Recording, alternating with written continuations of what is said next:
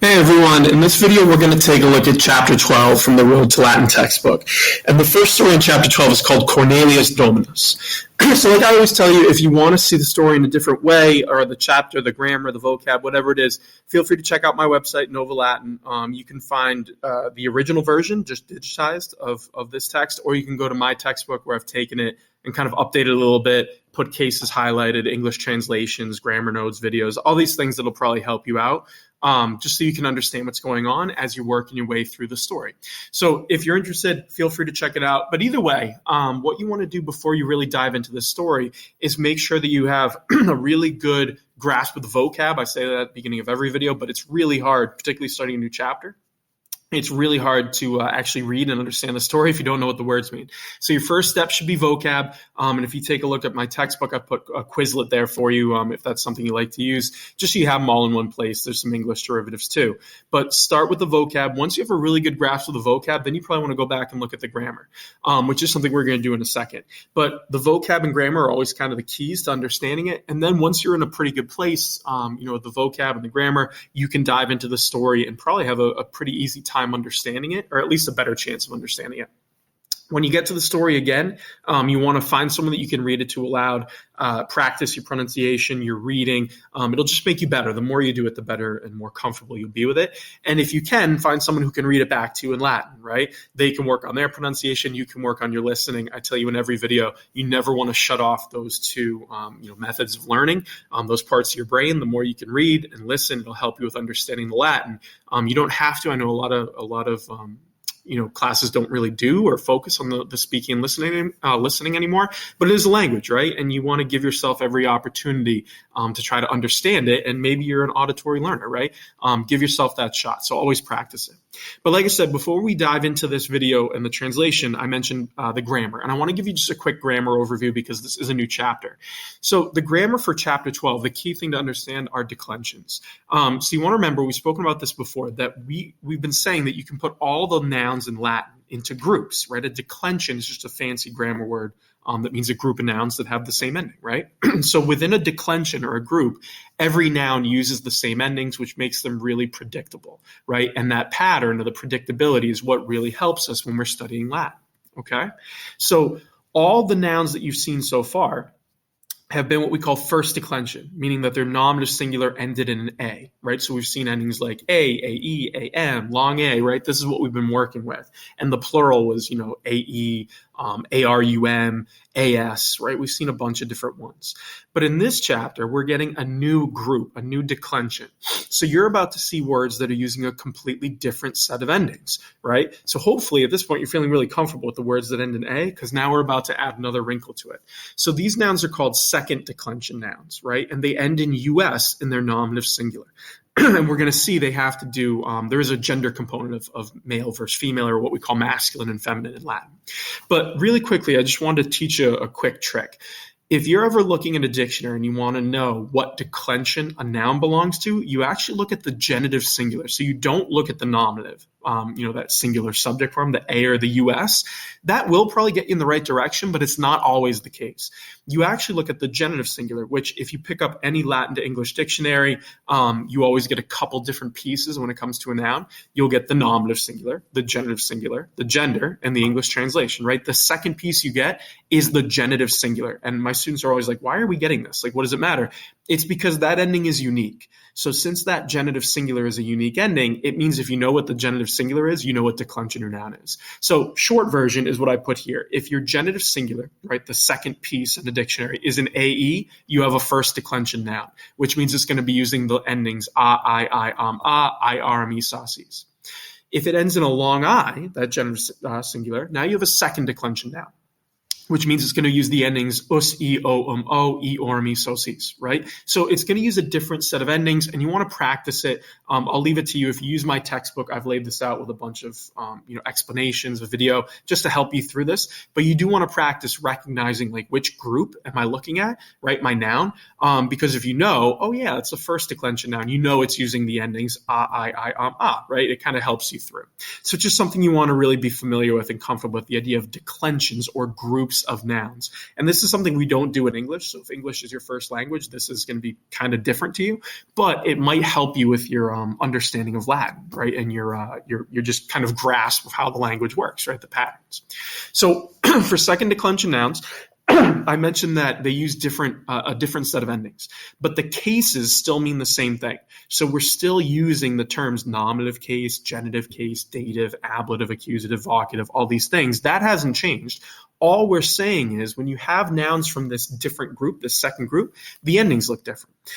So I've grouped them here for you. And you can see that for first declension nouns, right, the ones we've been using, the endings go A, AE, AE, AM, long A. Right? For second declension nouns, it's US, long I, long O, UM, and long O, right? Us, E, O, M, O. So it's a different set of endings. So this chart, again, I've put this on my website, but if you're just looking here, feel free to pause, copy it, whatever you need to do. This is a chart showing you all the different endings that you've kind of been exposed to so far when we're talking about first declension, right? First group and second group or second declension. These are the ones that we've seen and that you want to be familiar with. The last thing that you want to think about is gender, right? Grammatical gender. So the idea is in Latin, every noun, right, has a gender associated to it. And it's sort of along the lines of what we think of with gender in our own culture. But the idea is gender is something that's kind of an association, right? So in other words, with grammatical gender, when we say masculine or feminine, it's things or words that are associated with being either male, female, or neither, right? So we have two genders we're seeing so far. First declension nouns tend to be feminine, which means they're words associated with being female. So you might have noticed that in all the stories we read so far, every female character has a name that ends in an A, right? Most often. That's pretty common. Okay, but there's other words too, like wila, which means house, right? It's a feminine word. You might be asking yourself why. Well, in Roman culture, the mom, right, would probably be taking care of the household. So it has that association of being female. Masculine are words associated with men or being male. This is the second declension. Not all of them, but many second declension nouns are masculine.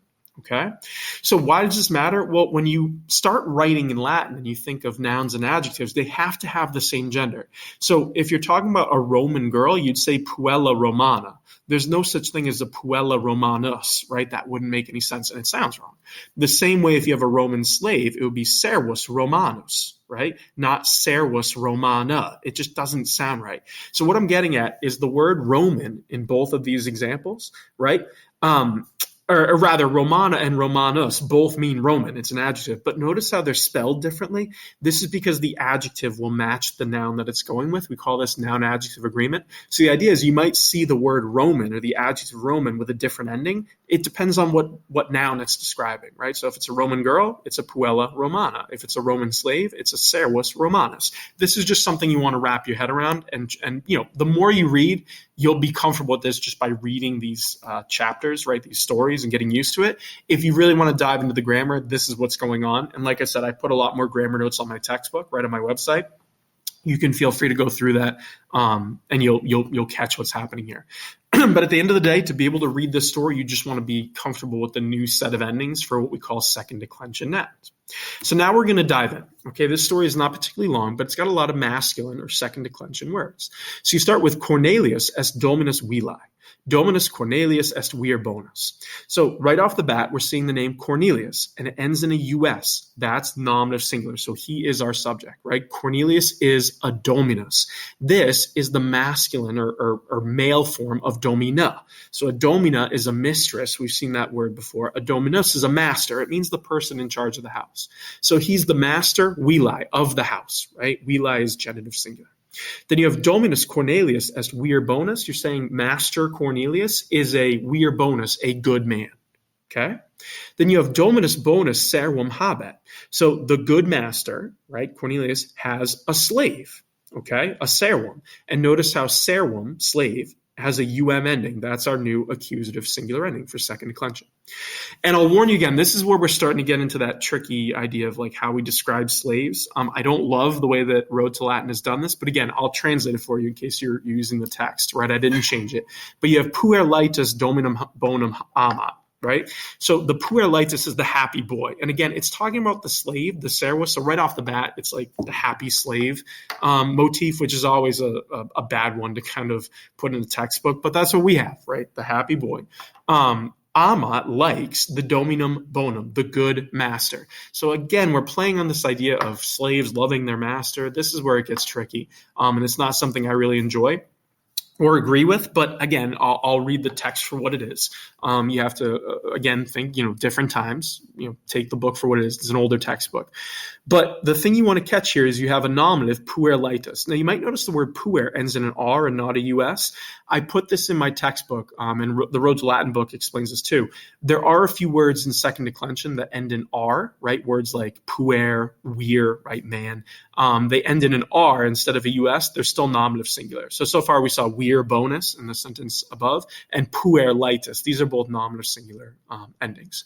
And you have dominum bonum, again, accusative singular. Notice the UM, that's our second declension, accusative singular ending. Then you have Dominus magnum hortum habet. So the master has, habet, a magnum hortum, a big garden, right? Dominus et domina in horto ambulant. So the master and the mistress, the dominus et domina, right? They're both nominative singular. They walk ambulant, and notice how it has an NT because they are walking. And they walk in horto. Horto is our ablative singular ending for second declension. They're just in the garden, right? They're walking in the garden. Hortus est longus et latus, right? So the garden is long, longus, and wide, latus. And notice how both those words, their adjectives, long and wide, are describing the hortus. So they all have a US ending, right? Servus in hortum properat. So the slave hurries, properat, into the garden. And notice how it's in hortum, our accusative, because you're showing motion into the garden, right? He's running or hurrying into the garden. Fere quotidie in horto laborat. So almost daily, right? You have two kind of adverbs here, fere and quotidie. So almost daily, he works in the garden, in horto. Again, it's ablative because you're showing where he is, the slave, right? Just inside the garden. So basically every day, he works in the garden. Then you have a couple questions. Esne defessos serve, right? So are you? S is just the verb to be. It means you are, but since it's a question, you're saying are you? The ne on esne just means we're asking a yes or no question. And again, we're not entirely sure if the answer will be yes or no, right? We're not expecting one or the other. So are you dethesis? Are you tired? Serve. Serve is second declension vocative. So you might notice that in the vocative singular, the US ending turns into an E, serve. It means you're talking to the slave. So it's saying, are you tired, slave? Then you have esne tu defesis puer. Are you tired, boy? Right? Puer. So again, it's just two questions talking, to the slave, right? Are you tired, slave? And are you tired, boy? Then we go to the last paragraph. And you have Cornelius multos filios habet. So we're getting away from the slave. We're talking about his family. So you have Cornelius has multos filios, many sons, right? Notice how they have an OS ending. That's accusative plural, second declension, right? This new group of nouns. You have filii sunt boni. The sons, right, are good. Right? They're good boys is the idea. Filii sunt Marcus, Lucius, Aulus, Publius, et Servius, right? And so, there's no et there, but you're kind of implying it. Servius. So it's saying his sons are, or the sons are, Marcus, Lucius, Aulus, Publius, and Servius, right? Those are his 5 boys. Filii parvi sunt Publius et Servius. So the young boys are Publius and Servius. Those are his, Servius, I guess, are his young children, right? The filii parvi. You have filius adultus est Marcus, right? So his grown or his adult son is Marcus, okay? So Publius and Servius are his youngest, right? The little ones. His fully grown son is Marcus, okay? And in the middle, you'd have Lucius and Aulus. They're probably in that middle teenage type of range. Then you have a question. You have estisne discipuli boni pueri. So estis just means you all are. Again, since it's a question, you're saying, are you all? The ne means you're asking a yes or no question. You're not sure if the answer will be yes or no. So it's saying, are you good students, boys, right? Pueri is vocative plural. You're talking to the boys. Are you good students? And notice how discipuli boni, right? They're both masculine. They're second declension because they're talking about the boys, right? Discipuli boni. We saw in earlier chapters, discipuli boni, right? Good female students. Now we have the masculine version. So are you good students, boys? Lucius est discipulis bonus et diligente laborat. So Lucius is a discipulus bonus, a good student. And again, notice how it ends in the US because you're talking about Lucius, the son, right? Again, in previous chapters, we've seen discipula bona when you're talking about the daughters. Now you're talking about the son, it's discipulus bonus. So Lucius is a good student, and laborat, he works diligently, right? He works hard. Aulus quoque est bonus discipulus. So Aulus also is a good student, right? So again, we said Publius and Servius are the young kids. They're probably not in school. Marcus is fully grown. He's probably out of school. The two school-age children are the middle sons, Lucius and Aulus, and it's saying that they're both good students. Then you have filii parvi nondum sunt discipuli. So the young boys, the young sons, filii parvi, are not yet. So sunt is they are, nondum means not yet. So they are not yet discipuli. They're not yet students, right? So they're too young to go to school. Cornelius filius bonus ama et saepe laudat. So Cornelius loves his filios bonus, his good sons, right? Notice how it's accusative plural. He loves them and he often laudat. He often praises them. So one way to translate is he loves and often praises his good sons, right? But the ama and laudat, they're both referring to the filios bonus, right? So in other words, filios bonus is the direct object of both of those verbs rather. Right?